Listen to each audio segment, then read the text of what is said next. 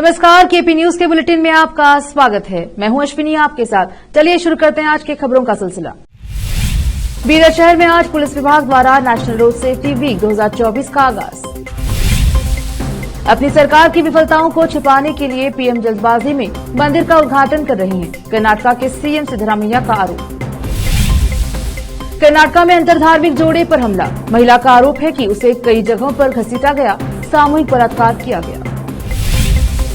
PM Modi ने कालाराम मंदिर में लगाया पोछा, लोगों से भी की सभी मंदिरों में सफाई की अपील। दुश्मनों की खैर नहीं, डीआरडीओ ने किया नई पीढ़ी की आकाश मिसाइल का सफल परीक्षण।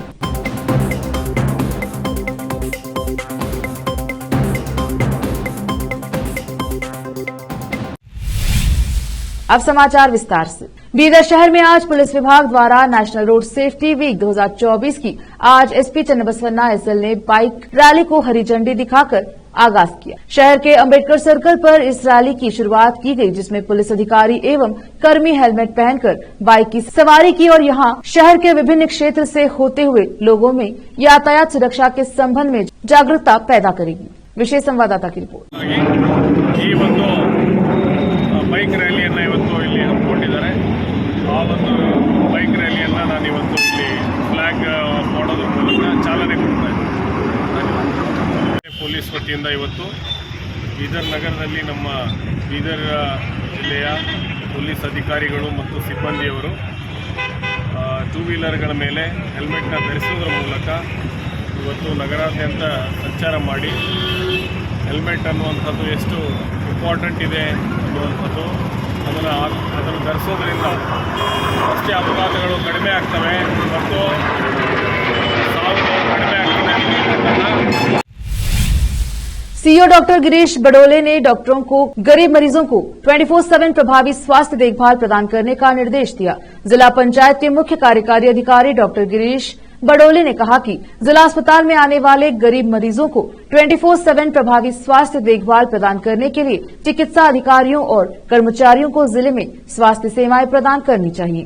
वह जिला पंचायत में रश्तिका के स्वास्थ्य कार्यक्रमों पर जिला स्वास्थ्य और परिवार कल्याण संघ की एक बैठक की अध्यक्षता कर रहे थे। मातृ एवं शिशु मृत्यु दर को रोकने के लिए गर्भवती महिलाओं का शीघ्र पंजीकरण, 4 बार चिकित्सा जांच और संस्थागत प्रसव सुनिश्चित किया जाना चाहिए। उन्होंने सुझाव दिया कि सुरक्षित संस्थागत प्रस्ताव और नवजात देखभाल के लिए प्रत्येक तालुके में एक सुसज्जित मातृ एवं शिशु अस्पताल के निर्माण के लिए माननीय आयुक्त को एक प्रस्ताव प्रस्तुत किया जाना चाहिए। उन्होंने सुझाव दिया कि मातृत्व सेवाएं 24/7 स्वास्थ्य संस्थानों के साथ साथ अन्य स्वास्थ्य केंद्रों में भी प्रदान की जानी चाहिए। किसी भी मरीज को इलाज करते समय बाहर की दवाएं लाने के लिए प्रेरित नहीं की जानी चाहिए। किसी भी स्कैनिंग के लिए निजी स्कैनिंग सेंटरों में नहीं भेजा जाना चाहिए। जिला स्वास्थ्य और परिवार कल्याण अधिकारी और कार्यक्रम कार्यान्वयन अधिकारी और तालुका स्वास्थ्य अधिकारी विभिन्न संस्थानों का दौरा करें और सभी कार्यक्रमों की जांच करें और रात में भी अस्पतालों का दौरा करें और चिकित्सा अधिकारी और कर्मचारियों द्वारा प्रदान की गई सेवा के बारे में फोटो के साथ एक रिपोर्ट दें। केंद्रीय स्थिति। विशेष संवाददाता की रिपोर्ट। कांग्रेस के केंद्रीय नेताओं द्वारा 22 जनवरी को अयोध्या में राम मंदिर के अभिषेक में शामिल न होने के फैसले के एक दिन बाद कर्नाटका के मुख्यमंत्री सिद्धरामैया ने प्रधानमंत्री मोदी पर लोकसभा चुनाव से पहले हिंदुत्व की भावनाओं को भड़काने के लिए जल्दबाजी में मंदिर का उद्घाटन करने का फैसला करने का आरोप लगाया और अपनी सरकार की नाकामियों को छिपाने के लिए सिद्धरामैया ने कहा कि मोदी जो कार्यालय में 10 साल पूरे करेंगे ने मंदिर का उद्घाटन करने का फैसला किया, जो अभी तक पूरा नहीं हुआ है, क्योंकि उन्हें मतदाताओं के सामने अपनी उपलब्धियों को पेश करके आम चुनाव जीतने का भरोसा नहीं है। सीएम ने कहा कि पिछले 30 से 35 सालों से लोग राम के नाम पर बीजेपी की राजनीति को करीब से देख रहे हैं और वे दोबारा झूठे हिंदुत्व के जाल में नहीं फंसेंगे। मुख्यमंत्री ने कहा, लोग अब ईंटों के नाम पर एकत्र किए गए चंदे का हिसाब मांग रहे हैं। कांग्रेस के शीर्ष नेतृत्व के फैसले का समर्थन करते हुए सीएम ने कहा कि धार्मिक कार्यक्रम जिसे जाति, धर्म और पार्टी लाइनों से ऊपर उठकर भक्ति और सम्मान के साथ आयोजित किया जाना चाहिए को पीएम मोदी और संघ परिवार के नेताओं ने अनादर दिखाते हुए एक पार्टी कार्यक्रम में बदल दिया है।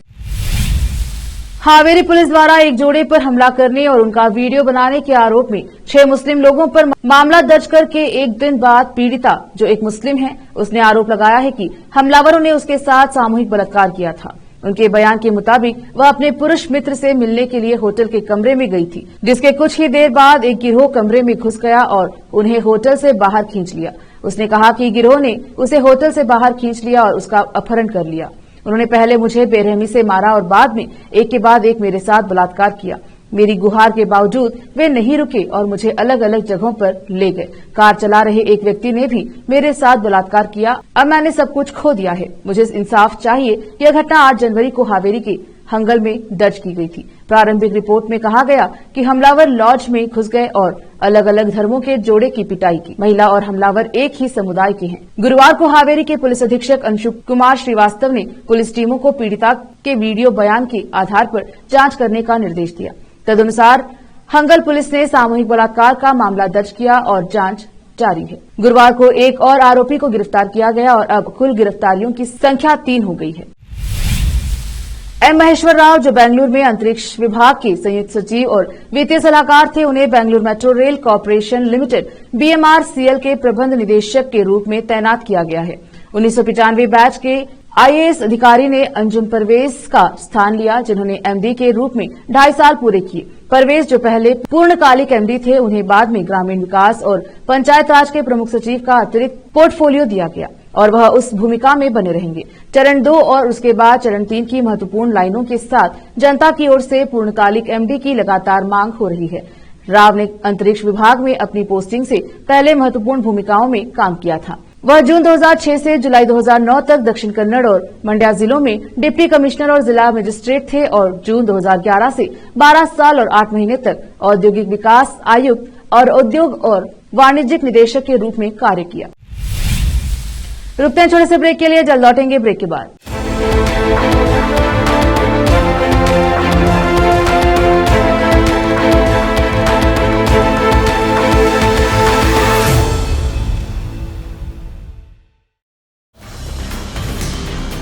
हिंदुस्तान के हर कोने में हम हैं मौजूद।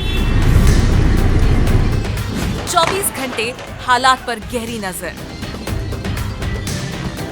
खबरों से जुड़े चुपते सवालात और आपको दिखाता है धार्मिक, सामाजिक, राजनीतिक, लोकल और इंटरनेशनल न्यूज की सबसे बेहतर कवरेज, जो आपको रखती है हर पल बाखबर। देश और दुनिया भर की खबर के लिए देखते रहें KP News 24/7। ब्रेक के बाद स्वागत है आपका। देखते हैं समाचार। पीएम मोदी आज महाराष्ट्र के दौरे पर हैं। पीएम आज Mumbai trans harbour link MTHL Atal Setu का उद्घाटन करेंगे। जानकारी के लिए बता दें कि ये देश का सबसे लंबा समुद्र में बना पुल माना जा रहा है। यह उद्घाटन समारोह शाम करीब 4:30 बजे होना है। इससे पहले पीएम मोदी का एक वीडियो सामने आया है, जो हर तरफ चर्चा का विषय बना हुआ है। पीएम मोदी इस वीडियो में नासिक की प्रसिद्ध कालाराम मंदिर में सफाई करते हुए नजर आए। दरअसल पीएम ने आज नासिक के कालाराम मंदिर में स्वच्छता अभियान में हिस्सा लिया। पीएम मोदी ने कालाराम मंदिर में खुद पोछा लगाया और साथ ही लोगों से भी अपील की। पीएम मोदी ने इस मंदिर में पहुंचकर सबसे पहले प्रार्थना की। इसके बाद मंदिर के प्रांगण में स्वयं से साफ सफाई करते हुए पूरे देश के मंदिरों में स्वच्छता अभियान चलाने के लिए लोगों से अपील की। पीएम ने कहा कि मैंने आह्वान किया था कि हम सभी 22 जनवरी तक सभी देश के तीर्थ स्थानों की, मंदिरों की साफ सफाई करें, स्वच्छता का अभियान चलाएं। आज मुझे कालाराम मंदिर में दर्शन करने का, मंदिर परिसर में सफाई करने का सौभाग्य प्राप्त हुआ। मैं देशवासियों से आग्रह करता हूं कि राम मंदिर के निमित्त देश के सभी मंदिरों में, सभी तीर्थ क्षेत्रों में स्वच्छता अभियान चलाएं, अपना श्रम दान दें। संप्रभुता की सुरक्षा के लिए भारत अब लगातार स्वदेशी हथियारों की निर्माण कर रहा है। इसका फायदा है कि संकट की घड़ी में हमें कभी भी किसी अन्य देश के भरोसे नहीं रहना होगा। भारत के रक्षा उत्पाद में सबसे बड़ी भूमिका रक्षा अनुसंधान और विकास संगठन यानी कि DRDO निभा रहा है। इसकी क्रम में शुक्रवार को नई पीढ़ी के आकाश NG मिसाइल का सफल परीक्षण किया गया। इस मिसाइल की खूबियां भारत के दुश्मन देशों को परेशान कर सकती हैं। आइए जानते हैं इस परीक्षण के बारे में खास बात। जानकारी के मुताबिक DRDO ने शुक्रवार 12 जनवरी को सुबह 10:30 पर ओडिशा के तट पर एकीकृत परीक्षण रेंज ITR चांदीपुर से नई पीढ़ी की आकाश NG मिसाइल का परीक्षण किया। दी गई जानकारी के मुताबिक ये परीक्षण सफल रहा है। परीक्षण के लिए मिसाइल को तेज गति वाले मानव रहित हवाई लक्ष्य विरुद्ध प्रयोग किया गया है। परीक्षण के दौरान आकाश हथियार प्रणाली द्वारा लक्ष्य को सफलतापूर्वक रोका गया और नष्ट कर दिया गया। अधिकारियों ने कहा कि आकाश एनजी मिसाइल की स्वदेशी रूप से विकसित radio frequency Sikar, launcher, multi function radar और कमांड नियंत्रण एवं संचार प्रणाली के साथ मिसाइल से युक्त संपूर्ण अस्त्र प्रणाली का कामकाज सटीक साबित हुआ है। टेलीमेट्री और इलेक्ट्रो ऑप्टिकल ट्रेनिंग सिस्टम द्वारा प्राप्त डेटा के अनुसार भी परीक्षण को सटीक माना गया है। दिल्ली के खाते की 3 राज्यसभा सीटों पर चुनाव के परिणाम जारी हो गए हैं। जैसा माना जा रहा था वैसा ही हुआ और केंद्र शासित प्रदेश की सभी राज्यसभा सीटों पर आपकी आसान जीत हुई है। आम आदमी पार्टी के संजय सिंह, स्वाति मालीवाल और एनडी गुप्ता राज्यसभा के लिए निर्विरोध चुने गए हैं। जानकारी के मुताबिक दिल्ली की 3 राज्यसभा सीटों पर चुनाव के लिए कई अन्य लोगों ने भी नामांकन भरा था। हालांकि गुरुवार को नामांकन भरने वाले सभी अन्य लोगों ने अपना नाम वापस ले लिया। इसके बाद संजय सिंह, स्वाति मालीवाल और एनडी गुप्ता को राज्यसभा के लिए निर्विरोध तरीके से चुन लिया गया। सूत्रों की माने तो आज 2 बजे के करीब तीनों नेताओं को उनका सर्टिफिकेट मिला। आम आदमी पार्टी ने संजय सिंह को राज्यसभा के लिए रिनॉमिनेट किया है। वहीं नारायण दास गुप्ता का भी नाम रिनॉमिनेट किया गया है। सांसद सुशील कुमार गुप्ता की जगह आपने स्वाति मालीवाल को राज्यसभा का उम्मीदवार बनाया था। सुशील कुमार गुप्ता को फिलहाल पार्टी ने हरियाणा का अध्यक्ष बनाया है। जानकारी के मुताबिक पार्टी ने उन्हें राज्य में होने वाले चुनाव पर फोकस करने को कहा है। दिल्ली विधानसभा में 70 सीटें हैं। इनमें से आम आदमी पार्टी के पास 62 और बीजेपी के 8 सीटों पर विधायक हैं। राज्यसभा चुनाव में जनता वोट नहीं करती है बल्कि विधायक करते हैं। ऐसे में जीत के लिए विधायकों की संख्या अहम हो जाती है। इसलिए पहले से ही माना जा रहा था कि आपके तीनों उम्मीदवार आसानी से राज्यसभा पहुंच जाएंगे। वक्त एक और छोटे से ब्रेक का, जल्द लौटेंगे ब्रेक के बाद।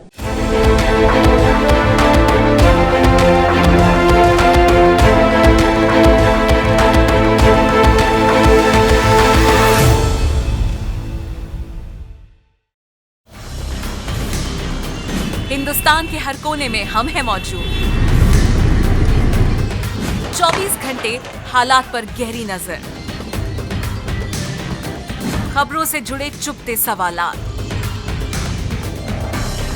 और आपको दिखाता है धार्मिक, सामाजिक, राजनीतिक, लोकल और इंटरनेशनल न्यूज की सबसे बेहतर कवरेज जो आपको रखती है हर पल बाखबर। देश और दुनिया भर की खबर के लिए देखते रहें केपी न्यूज 24/7। ब्रेक के बाद स्वागत है आपका। देखते हैं समाचार। प्रधानमंत्री नरेंद्र मोदी ने समंदर पर बने देश के सबसे लंबे पुल अटल सेतु का उद्घाटन कर दिया है।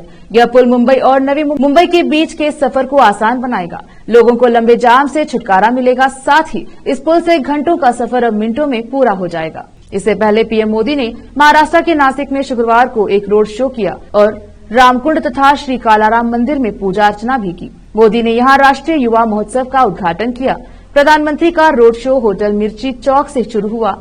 उनके साथ मुख्यमंत्री एकनाथ शिंदे, उप मुख्यमंत्री देवेंद्र फडणवीस एवं अजित पवार तथा भारतीय जनता पार्टी के कई नेता मौजूद रहे। हजारों लोग प्रधानमंत्री का स्वागत करने के लिए रोड शो वाले मार्गों पर मौजूद रहे। इस दौरान अनेक कलाकारों और आदिवासियों ने प्रस्तुतियां दी। विशेष समूहों जैसे नासिक ढोल ने कार्यक्रम पेश किया। लगभग 35 मिनट लंबा रोड शो 2 किलोमीटर से अधिक दूरी तय करने के बाद संत जनार्दन स्वामी महाराज चौक पर समाप्त हुआ। अयोध्या में भगवान राम का भव्य मंदिर बन रहा है। 22 जनवरी को रामलला की प्राण प्रतिष्ठा होने वाली है। इस कार्यक्रम में खुद प्रधानमंत्री नरेंद्र मोदी शामिल होंगे और रामलला की प्राण प्रतिष्ठा करेंगे। इस कार्यक्रम में देश भर की कई बड़ी हस्तियां और साधु संत शामिल होंगे। विपक्षी दलों ने कई नेताओं को भी निमंत्रण दिया है। कांग्रेस के शीर्ष नेताओं को भी इस कार्यक्रम में शामिल होने का न्योता भेजा गया था, लेकिन कांग्रेस ने रामलला के प्राण प्रतिष्ठा कार्यक्रम में शामिल होने के न्योते को ठुकरा दिया है। इस पर भाजपा नेता कांग्रेस पर खूब निशाना साध रहे हैं। इसी बीच कांग्रेस पार्टी के प्रवक्ता पवन खेड़ा ने अब फिर से बयान दिया है। उन्होंने रामलला के प्राण प्रतिष्ठा को लेकर कहा कि इस पूरे कार्यक्रम में कहीं भी धर्म और आस्था नहीं दिखती है। प्राण प्रतिष्ठा में वीआईपी लगाने वाले आप कौन हैं? कैमरों की फौज लगाकर प्रतिष्ठा करने वाले आप कौन हैं? इतना बड़ा कद हो गया है कि आप भगवान से ऊपर हैं, शंकराचार्य से ऊपर हैं। उन्होंने कहा, अधूरी प्राण प्रतिष्ठा करने वाले आप कौन हैं? हम सब जानते हैं कि राम सबको चलाते हैं, लेकिन यहाँ पोस्टर देखें कि ये राम जी को उंगली पकड़कर चलाते नजर आ रहे हैं। मिडिल ईस्ट में लगातार तनाव बढ़ रहा है। पहले गाजा, फिर लाल सागर और अब ओमान की खाड़ी में भी तनाव बढ़ने की आशंका है, क्योंकि ईरान की ओर से एक तेल टैंकर जब्त कर लिया गया है। जानकारी के अनुसार ईरान की नौसेना ने गुरुवार को ओमान की खाड़ी में एक तेल टैंकर जब्त कर लिया। अधिकारियों ने यह जानकारी दी। टैंकर जब्त किए जाने से पश्चिम एशिया में जलमार्ग में तनाव और बढ़ने की आशंका है। इरना की खबर के अनुसार इरना की नौसेना ने एक तेल टैंकर को जब्त किया है। खबर के अनुसार इसे एक न्यायिक आदेश के तहत जब्त किया गया। इसके अनुसार हथियारबंद लोगों के इसमें सवार होने के कुछ घंटे बाद बृहस्पतिवार की दोपहर टैंकर को जब्त किया गया। निजी सुरक्षा कंपनी एम्ब्रे ने कहा कि 4 से 5 हथियारबंद व्यक्ति जहाज पर चढ़े। कंपनी ने कहा कि इसकी पहचान तेल टैंकर सेंट निकोलस के रूप में हुई है। इसने कहा कि लोगों ने टैंकर पर चढ़ते समय निगरानी कैमरों को ढक दिया। कोरोना महामारी के बाद उत्तर कोरिया के तानाशाह पहली बार ऐसा काम करने जा रहे हैं जिससे रूस और चीन को भी फायदा होगा। रूसी और चीनी लोगों के साथ ही उत्तर कोरिया को भी कमाई का फायदा होगा। जानकारी के अनुसार कोविड महामारी के बाद पहली बार उत्तर कोरिया रूसी पर्यटकों के लिए अपनी सीमाएं खोलने जा रही है। इससे रूसी पर्यटक भी उत्तर कोरिया जा सकेंगे।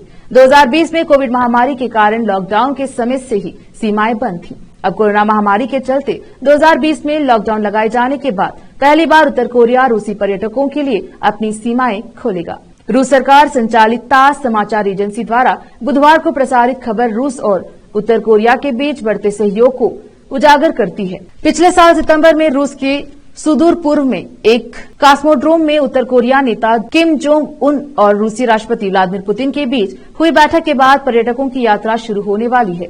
तास की खबर में पर्यटकों की यात्रा के समय के बारे में नहीं बताया गया है, लेकिन विश्लेषकों को इससे हैरानी हुई है, जिन्होंने उम्मीद जताई थी कि इस उत्तर कोरिया महामारी के बाद पहले चीनी पर्यटकों के लिए अपनी सीमाएं खोलेगा। फिर से एक नजर आज के मुख्य समाचारों पर। बीदर शहर में आज पुलिस विभाग द्वारा नेशनल रोड सेफ्टी वीक 2024 का आगाज। अपनी सरकार की विफलताओं को छिपाने के लिए पीएम जल्दबाजी में मंदिर का उद्घाटन कर रहे हैं, कर्नाटका के सीएम सिद्धरामैया का आरोप। कर्नाटका में अंतरधार्मिक जोड़े पर हमला, महिला का आरोप है कि उसे कई जगहों पर घसीटा गया, सामूहिक बलात्कार किया गया। पीएम मोदी ने कालाराम मंदिर में लगाया पोछा, लोगों से भी की सभी मंदिरों में सफाई की अपील। दुश्मनों की खैर नहीं, डीआरडीओ ने किया नई पीढ़ी की आकाश मिसाइल का सफल परीक्षण।